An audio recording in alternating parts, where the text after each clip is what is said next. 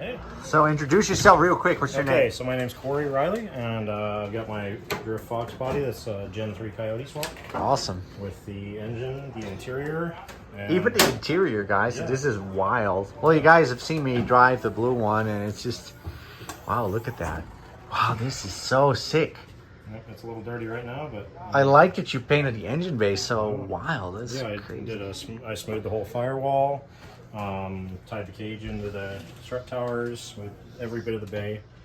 Used the whole cooling system from the 2018, the whole wiring harness from the 2018, the body harness even, everything fits right into the body plugs. That's so crazy, dude. Yeah. And yeah, it's just, I don't know. So wiring-wise, how does it work? So I had to extend one harness here. There was like 6 wires just for routing. It's kind of hard to see, but it's basically a jumble of all that. Right. Wired the headlights underneath the car. Didn't really have to do anything. The battery cable I extended into a battery cable to go back into the truck. Right. I just merged it right here with a crimp. Right. But what ECU are you running? A factory ECU? Everything. Body control module. Everything. All the modules. Because you can only either do everything standalone or keep it 100% stock. And Ford has the standalone, like the performance pack, but I wanted the dash. Oh yeah. So like the speedometer works. Everything in the cluster works. That's so crazy because, you know what, I've been building pro cars for a while, and it's like, it's easy to make like a hot rod, like a crazy car that's like super intense to drive, but like the cars that actually work and have like drivability, you could like drive to the shop. That's actually way cooler, especially in America where it's like, you know, you can do whatever the hell you want, you know, it's awesome. Yeah. And this is also like, because that's the thing. I converted it to return style because they're normally returnless. Right, so exactly. I put it for innovations like dual pump pad. I only have one of the pumps running. It's dual 465 Walbros. Wow. I even use that's the wiper motor from the yeah, because it needs to work with the thing, obviously, with the plug. It plugs into the body harness. The ABS connector is just laying there disconnected, so obviously the module's not in there. But did you have to like loop the ABS module? Like, no, it's just not there. Unplugged, and yeah, the car does not seem to mind. I had to build a hydraulic clutch setup, so I put like a Wout pedal in it and modified that into the Fox pedals. So how do you say, normally they have like an electric rack, and you obviously, what rack are you running? I am running the Fox rack with a Volvo pump. Oh, right. Which says Ford Motor Company Ford on built it. Full Moco. And it's even wired to the factory 2018 steering rack wiring.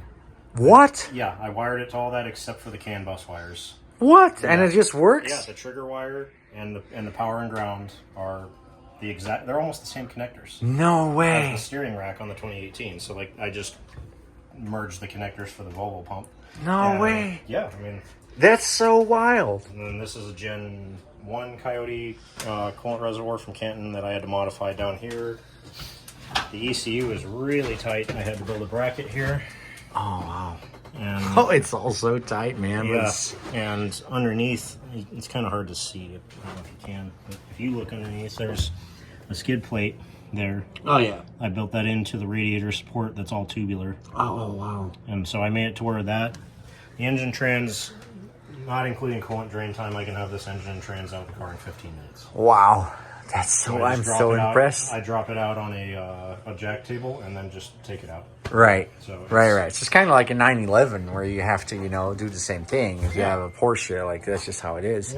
Yeah. Show me the dash because this is like I'm this side to go around and then, this side. Yeah. It's just wild, man. I don't even know what to say. This is so cool. It's a notch. Chelsea's gonna love this being a notchback. He's actually seen the car before. He's seen it when it had the 302 in it. Oh yeah. So, dude, this is so rad. This is so crazy. It does actually start on the key fob, like I could. No way. Well, you're in gear. I'm not gonna start it, but no, yeah.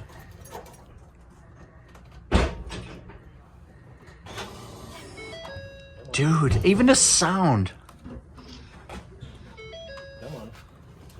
So it is a little finicky. Oh, yeah. Because it has a sensor, obviously. No way. And that's the power steering pump turning on. No way. So, yeah. It's like the dash, it's like it's made for it. Like, look at that. That's like better gaps than the normal, the S550. Yeah, I didn't trim anything off the sides. Headlights, even my party lights are they're dying. Oh, you put them on the fog light wire? Yeah. But yeah, all that. Because I love the dash of these cars so much, you know, it's just so rad. And like turn signals. And you can see back there, it's got the sequential turns. I use the taillights from the new car. Dude, but like these also have all these cool gauges and whatever. Like you can put in. You have all that working. I have it working. I still need to get the. 1 second. Because it has like that, like even like a trans brake and whatever in it. Yeah. Or like a line lock, actually. Might actually have to start the car. Oh, hold up. It's gonna get loud. Yeah, go ahead.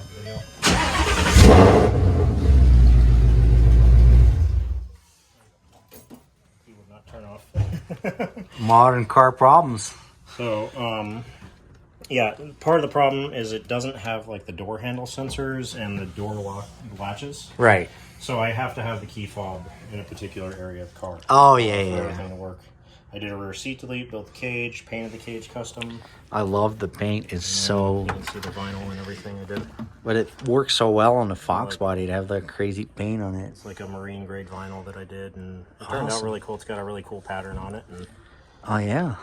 I love this car, man. This is crazy. Because one of the guys told me, "Oh, did you see that Fox that had these modern tail lights on it?" And I'm like, no. I'm like, because I know how difficult it is. Because I'm from Europe, right? And people try to import cars from America to Europe, and the turn signals work differently in Europe, and it's super hard for them to make that work. Right. So I'm like, this is not as easy as people think, you know, unless you obviously copy everything into it. And right, yeah. I mean, the worst wiring that I had to do was I extended the wiring because normally the S550 it's ahead of the axle. Right. And the Fox it's back here. So I have a 2003 Cobra fuel tank under there that has the dual pump hat, and then I ran the wires back to that to trip relays for the dual pumps. Right. Currently only running one, but I wanted to pretty much future plan if I ever want to boost it, you know. Yeah. Put a blower on it.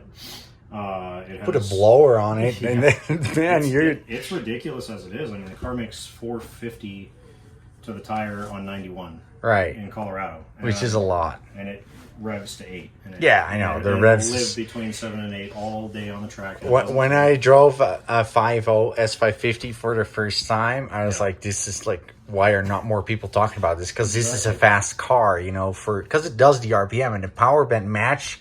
Transmission, the rear end, and the motor, it's such a good match, you know, that the power figure only says so much. Like, it's the delivery, and like the OEMs know how that works. The same as with Porsches. If you have like a 911 turbo, it can be like 600 horsepower, and people are like, "Oh, we have 1,000 horsepower Supra."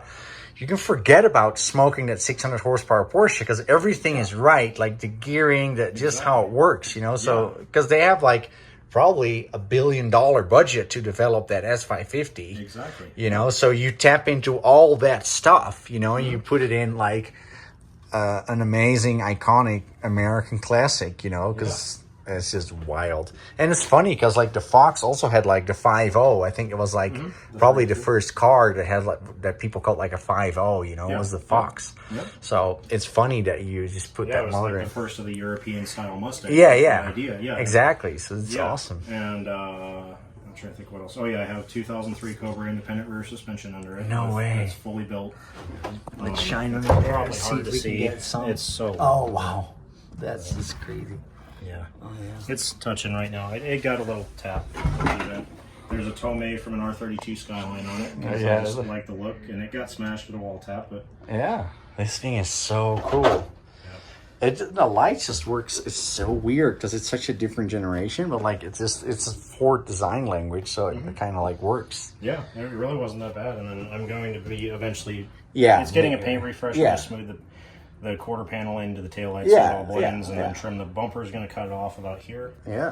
And Man, it's such a rad car, and I don't say that often. Like it's hard to impress me because like we get so spoiled with all the cool cars. yeah. But like I said, like the hot rods, everybody can make like this crazy car that like shakes your bones. But like these cars that actually work and have all these.